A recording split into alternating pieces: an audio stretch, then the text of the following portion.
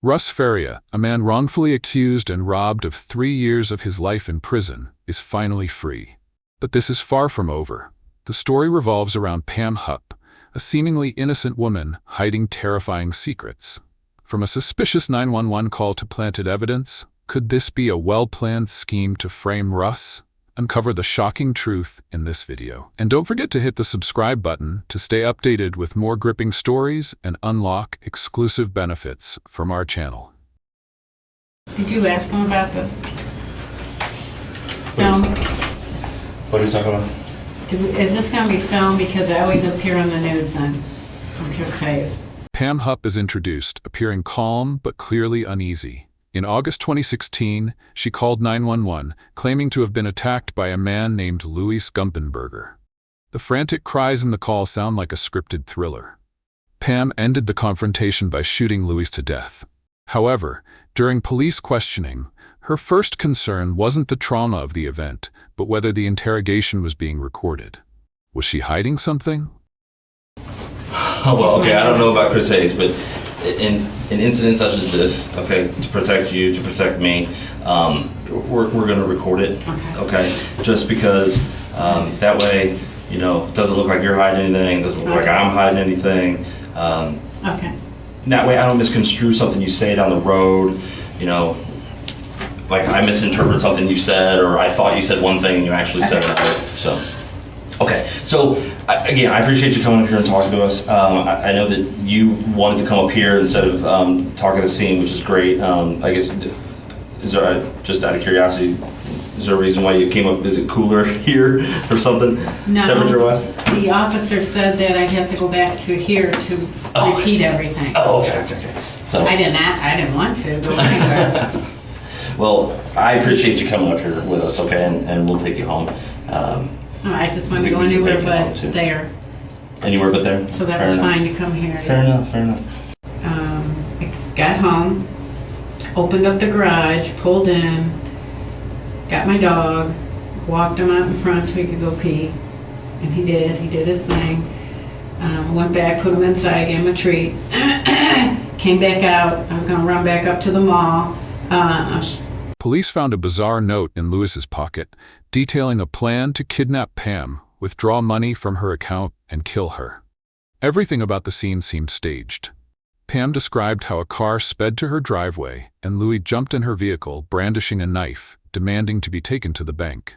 Yet, her story raised more questions than answers. I'm supposed to pick up a purchase that I from Best Buy and make an appointment. My appointment's Friday. I was going to run up there, see if I could get it early. So I was going to run back up there, and as I started pulling out and got halfway out, I noticed as I was backing out that a car came down really fast down the cross street and whipped around right in front of my driveway, because I'm right at the end.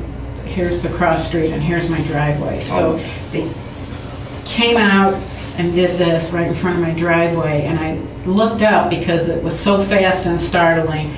And somebody jumped out, and I was like, wow, somebody, I don't know what I thought, if somebody was hurt, I don't know what was going on. It was so fast. And then he ran up, I was halfway out the drive where I was parked, and he jumped in my car. He opened up the door and jumped in my car. Which door? The passenger. Front or back? Oh, front. Or passenger front? Go ahead. And he had a bunch of stuff in his hands. I don't know what he had, but he had a knife also, but he had something in his other arm. I don't know what he had. And he put a knife and kept going, just yelling random stuff like, you're going to take me to the bank and get Russ's money. Take me to the bank, you're going to take me to the bank. He put a knife up to my throat there and was yelling stuff. And he kept looking behind him like this. So I put it in gear, and I was thinking how I was going to get out of there when he was looking, and he kept yelling, coming back, and then he looked back again, and I hit his arm with the knife and then shot out of the car and ran inside. Okay, so you were, I just want to make sure I understand, so you'd already been home, fed the dog, gave him his treat, and you were getting ready to leave. So when you got home, did you leave the car in the driveway, or did you pull in the garage? I was in the garage. Okay, so you pulled the car all the way in. Yes. And then you got out and you tended to the dog. No, I did not pull it in the garage. I always pull it in the garage when I'm going to stay. But no, I stayed right there because I was leaving. Pam claimed she managed to fight off Louis, striking his arm and escaping. However, her account was riddled with inconsistencies, from whether her car was parked or in reverse to how she acted during the attack. Meanwhile, police unearthed another shocking connection: Pam's involvement in the mysterious death of her mother, Shirley, in 2013. Shirley had overdosed on sleeping pills, and Pam was the sole beneficiary of her insurance policy. Okay, So right where it was. So where it was still where it was? running. Yeah, Okay. I just ran in to let him out.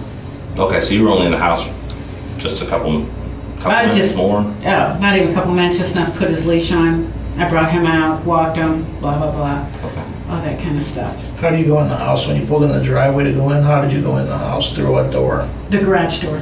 Okay. The garage, big one was open. I ran through the garage door. Kind of rushed through that. I just want to make sure I understand. So you went in, you let the dog out, you gave him a treat, you're ready to leave again, so you come back out of the house. How did you exit the house? How? Out the same door. Same door? Okay. Yeah, I let him in the same door because the front door was locked. Okay. So I was coming in, I come in and out that door.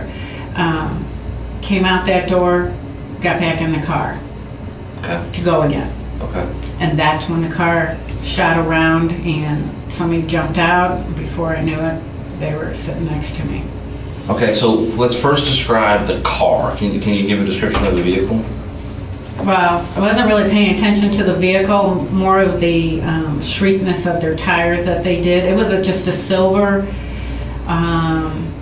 wasn't as small as like a little Toyota, a little bit bigger, but not a big one sedan. It was 4 doors. So 4-door, Mhm. you would say mid-size? Is that? Yeah, probably mid-size. Wasn't brand new. Pam's manipulative tendencies became clearer with the story of Betsy Faria. Under the guise of being a caring friend, Pam earned Betsy's trust and convinced her to make Pam the sole beneficiary of a $150,000 life insurance policy. Pam promised to use the money for Betsy's daughters, but instead, she schemed to frame Betsy's husband, Russ, for her murder. Pam's calculated actions painted a picture of a woman who would stop at nothing to achieve her goals. I mean, as you reflect back, do you remember anything specific about, other than being silver, being 4 doors, anything on that? You said it wasn't that new. No, Anything it else? wasn't like shiny, like you could tell it was. Like my crash, I just hit a 2004 Honda, kind of like older like that. You know, not that it was a piece of crap or anything, but it was, yeah. It was a veteran car. Yeah, grocery getter. And that's all I remember about it. It was just so fast. Like I wasn't really even looking at the car. It was like, what's this hastiness that this car's doing? This quickness. I didn't know what was going on. It was just weird. It was getting weird. And it was like, because they tore around and he popped out and I'm like, my first thought was, did I know him? Because they did it so fast, but then I was like, and I looked back down, and next thing I knew, he was there. So, Okay, so as I was up there for a few minutes, and I noticed that there was an orange car parked on the street. that's my next door neighbor's. It's Okay, it's broke your neighbor's down. car. Okay, Mhm. I wasn't sure. I didn't know where that It's came broke from. down. Okay. And they're wild. Pam's story grew less credible as she described Louis as a stranger yet oddly familiar. Was this genuine confusion or part of her act? As police pressed her for details, Pam's narrative wavered. She claimed Louis was intoxicated or on drugs, but no evidence supported this. Her emotional state seemed more rehearsed than genuine. And I looked up again, the guy had shot out. When he pulled around, a guy like shot out, and I looked down again and thought, it's kind of strange. I don't even know if I thought it was strange, but it was weird. And so I looked up again as he was getting out, and he squealed right off. The guy squealed right off. Like, I assume he shut the door, but I don't even know because I wasn't looking at that. I could hear it in that, and I was more looking at, like, who's getting out of the car? You know, is it somebody I know? Because they're right in front of my driveway. Okay. So So that guy squeals away, the other guy jumps in the passenger seat of the car. I know you described him as having a knife in one hand and something else in another. Yeah, well, he had popped in when he opened up the door, and I don't know what I was thinking. I don't even know. He just was in there so fast, but I know he was jumbling something in this arm and had a knife in the other hand. And then he switched somehow. I don't know if he set his stuff down or dropped it. I don't know what he did, but he had put the knife in the other hand then. So, and that's when he put it up here. Okay, you're using your right hand. Are you right or left-handed? I'm right-handed. Okay. Did you use your right hand because you're right-handed, or did you use your right hand because that's how you recall it happened, or? That's how I recall that it happened, because he had something in his right hand when he first got in, and then... Russ Faria, Betsy's husband, became the next victim of Pam's web of deceit. Her testimony at his trial depicted Russ as an abusive husband waiting for his wife to die. Pam's words were the nail in his coffin, and Russ was sentenced to life in prison. His eyes revealed a mixture of despair and anger as he was convicted for a crime he didn't commit, while Pam played the perfect witness, cold and composed. The first few seconds, I didn't see a knife or anything. I know he just had stuff, and I was just like freaked out, and then all of a sudden he dropped stuff and then he had a knife, so I'm guessing right. Okay. So, what, if anything, did he say? He said, "You're going to take me to the bank and get Russ's money. We're going now, so get going," type stuff. And he just kept yelling stuff like that at me. And so at this time, I don't have it in gear or anything, or I do have it. No, I don't have it in gear. And I had put it in gear to go because I didn't know what to do. And then that's when I noticed he was looking back.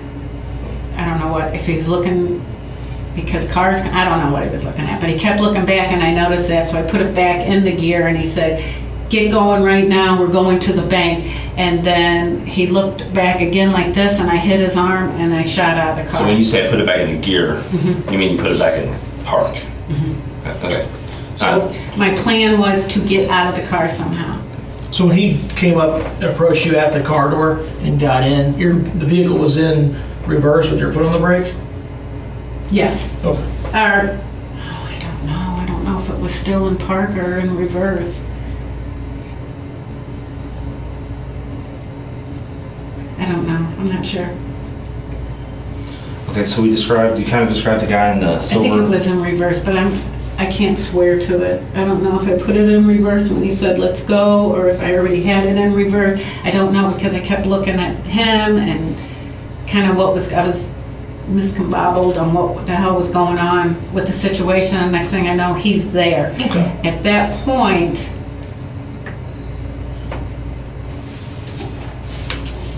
no, you know what? No, it wasn't. I wasn't in gear. My car was running. I had left my car running when I came out. So it was in park. The truth, however, couldn't remain buried.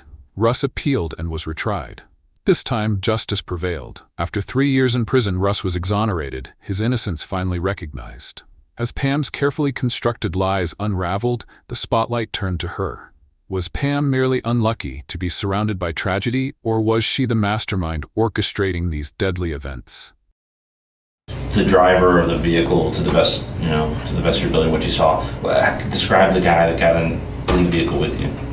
The guy who got in with me, he had on shorts. He had on blue shorts, shortish hair, sandy blonde. And now, forgive me, I did not go in the scene. I've not been in the scene. Okay. So is he a white male, black male, Oh, I'm sorry. Hispanic male? He's white male. White male. He was taller than me. He had blue gym shorts on, and some sort of t-shirt, and sandy blonde hair, and I want to say his eyes were blue, but I'm not sure. It's not like they were like a bright blue or anything like that, noticeable. But I want to say they were light colored eyes. They weren't brown. Okay. I don't think. I could be wrong. I really wasn't looking at his face. Notice anything, any smells? He didn't No, he didn't smell. The only thing I noticed is he's yelling and getting more and more upset. He was slurring his words. I thought he was drunk. But I didn't smell anything at all. But he did have, I don't know what he had with him, but he kept, like the more he kept repeating himself, he was getting all excited and he was, I thought he was drunk or on drugs or something like that because I couldn't understand him half the time. Right. He was yelling crap, I couldn't even understand. Okay, so he was slurring his words, but he didn't really smell of anything at all. I didn't smell anything. Was he sweaty? Was he dirty? Was he clean?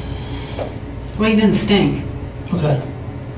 Is he? I didn't notice like greasy hair, like a homeless person or anything like that. Okay. He just looked like a normal person to Okay. me. I mean, he wasn't clean cut like you guys, like you're groomed, but he wasn't dirty because I didn't smell anything or see like nasty hair or anything. What age? About what age would you put him in? I don't know, late 30s.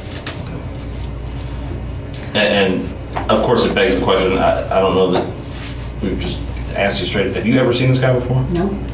Don't know him. He doesn't look like somebody you've seen somewhere before with somebody else. I mean, as you remember back, as you picture him in your mind. Russ Faria was finally a free man after years of wrongful imprisonment, but his freedom seemed to unsettle Pam Hupp. Shortly after his release, a blonde woman, allegedly driving Pam's car, began approaching strangers, claiming to be a Dateline producer. Her true motive? Police were already suspicious. From the staged 911 call to the planted evidence on Louis, everything seemed orchestrated to frame Russ. But did he have any type of accent that was noticeable to you? I didn't know because he was bumbling, slurring, and at first I didn't really notice anything, but like I said, he was getting so excited and stuff. As he was yelling at me, I mean, it was like he was drunk. I mean, he was, I literally, like his tongue was this thick. I didn't know what was going on. I figured he was on something, alcohol or something. I didn't know. I knew something was not right because as he was getting excited, it was getting worse. Okay. The slurring was getting worse. Yes. The stumbling on his Yeah. words. Okay. Yeah, I couldn't hardly understand what he was saying. I could pick out like certain words, but he said one phrase inside made no sense. He said, I think he said it out in the garage or out in the car too. Something about killing my wife. And I'm like, I mean, I didn't say anything, but it was weird. His wording. He said that out in the car? He said it out in the car, yelling at me, and when he was saying he was going to kill me. Okay. So what are the things that you could understand him say? What are the things that he said to you? Well, at first it was kind of clear in the car because he wanted me to go to the bank to get Russ's money. And How did he say that? he said some curse words, and then he said, we're going. We can say those here.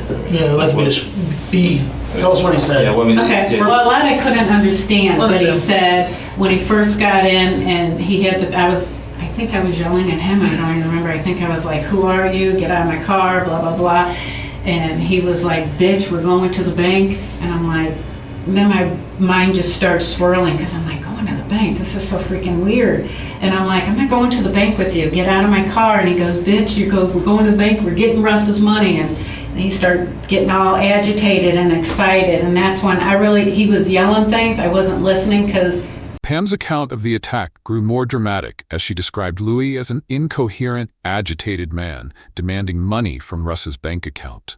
But her tone and details felt rehearsed, not genuine. Each word she uttered left investigators wondering, was this a recounting of a traumatic event or an elaborate performance meant to mislead? I was forming how the hell I was going to get out of the car. So he was yammering crap, couldn't really understand him at that point, and my thought was to get the knife away and get the heck out of the car. That's all I was thinking about at that point. What he was saying, I don't know.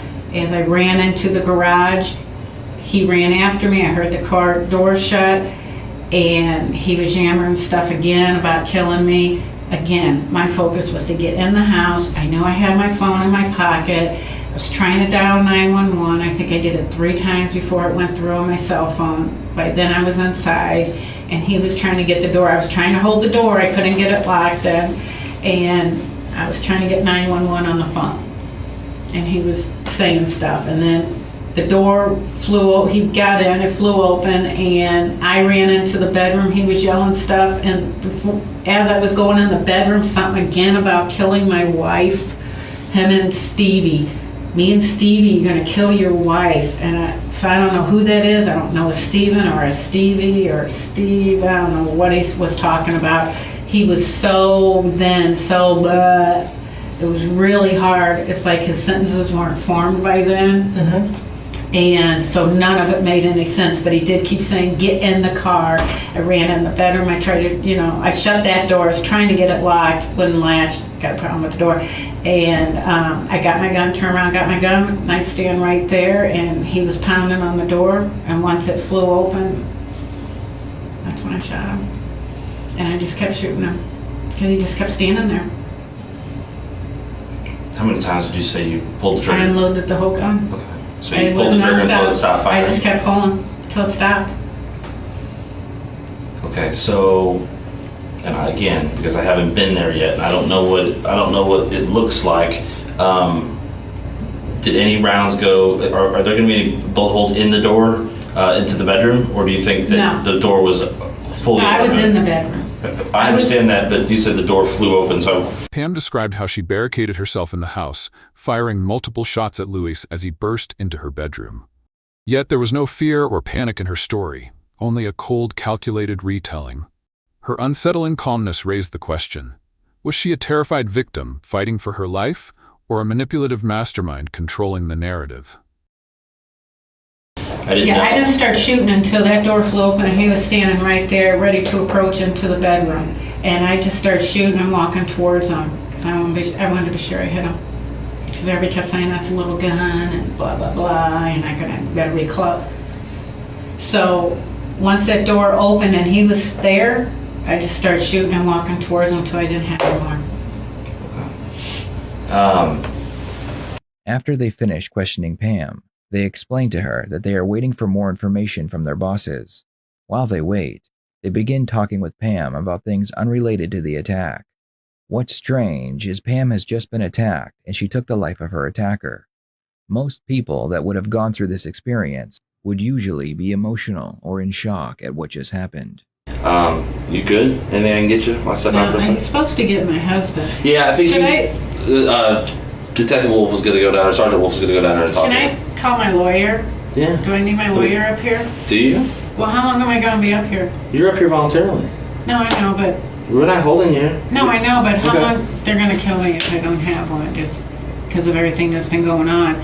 Should I call them, or are we going to be here much longer? Okay, you are here. You are here of your own free will. Okay, Okay. you have to make those decisions for yourself. I can't. Well, I didn't tell know what you guys needed. No, let me tell you what we still have left to do. Okay, in this incident, we need to make sure that we can separate your DNA from his DNA. So you guys have been married 35 years. 30-something. It's a long time in this day and age. Got married in... It's like 35. Close. 33, 35, 34. You guys both around from Missouri originally? Mm-hmm. You grew up in this area? The hood. Even more peculiar, Pam seemed oddly at ease after the attack. She casually discussed her personal life and business ventures, showing no signs of emotional distress. This stark contrast to typical post-trauma behavior added another layer of suspicion. Was her composure a sign of guilt, or an indication of her confidence in her own deceit? How long you lived out this way? Well, we lived in Florida for 11 years. And we moved Where back at? here, Naples. Why would you move from Naples back here? I didn't like Florida. Why not? Well, Naples, which is super gorgeous. Yeah, it's everybody all- talks about it. It's all rich people. There you go. So, well, it's a service town. There's no real industry. I got The you. biggest employer was the school district. Yeah. So that tells you. Yeah. We had our own business down there. We did Okay. plantation shutters. But when we were down there 11 years, we did that and sold it and moved back after my dad died. because my mom couldn't handle. So you guys own your own business, H2 something? Now we do, yeah. What do you do? We flip houses. Oh, That's just my side. Because construction is what my husband does. okay, so you buy houses that are in poor Foreclosure. condition, or foreclosure, fix them up and then sell them? Is that all, I mean, you just do that? Do you ever buy houses and then like just rent them out and be landlords? No. We've No. done that. We You've did done that that? down in Florida, yeah. Not good? No. What's the problem with that? People don't like to pay rent. Well, yeah, of course, but you gotta make them. It's hard. It was hard in Florida because they got the Sunshine Act that you had to go through this big lengthy process To get somebody to removed. evict them. Yeah. Could be months, but the Sunshine Act says if you have kids, it's even longer Okay. to get them out. And we tried. So you really We had a got condo down there that we rented out, and so you really got to vet your tenants. and then there's even no way then- to do that. One of Right. them we had was an ex-policeman. Yeah. Not on the force anymore. No brainer, right? Well, he's an ex. Why is he? It depends. Why is he an ex? I know. Don't know. But started skating, and then we found out that that's what they do, and then they move in the middle of the night type thing, which they did. Become squatters. As police pieced together the case, evidence suggested Pam had actively sought someone to help stage the 911 call. Louis, the supposed assailant, might have unknowingly walked into a trap. The emerging narrative painted Pam as more than just a victim. She was the architect of a dark and twisted scheme. Free. So- It's so it's free. easier. By So- time, I mean, it can take you a few months, especially when he was good. Very nice, clean kids, and wow, not this one, you know, and so that can go on for a few months. And then when you finally figure out, oh my gosh, I'm they're getting not going scammed. to I do got to it, do something. it's another 3 months through the eviction period. And that costs you money just to deal with that. Time Yeah. and money. In the meantime, no mortgage payment. Right. I can understand that. So we did it, and we're like, I just don't like dealing with people like that. So now that the housing market's kind of coming back, has it affected your business at all? Yeah, not so much the housing market coming back, but because there's no inventory out there. Yeah, The 'cause problem everybody's- is people are buying foreclosures. They're Right. buying- Now we'll see an influx of them losing them again because the real bad ones, if you can't do it yourself, people think, oh, I can do this, but really you don't get what's in there. A lot of them sit for a year, 2 years empty, which means broken pipes. You don't know it until you're All in the there. interior stuff you don't know. We've bought or looked at houses that have been halfway gutted. People try, and it's just too overwhelming. It's a lot of money, So, you know. so your husband works for another employer, and he does Yeah. that on the side. Yeah, we do it outside. We've done it since, we've done it for about 8 years.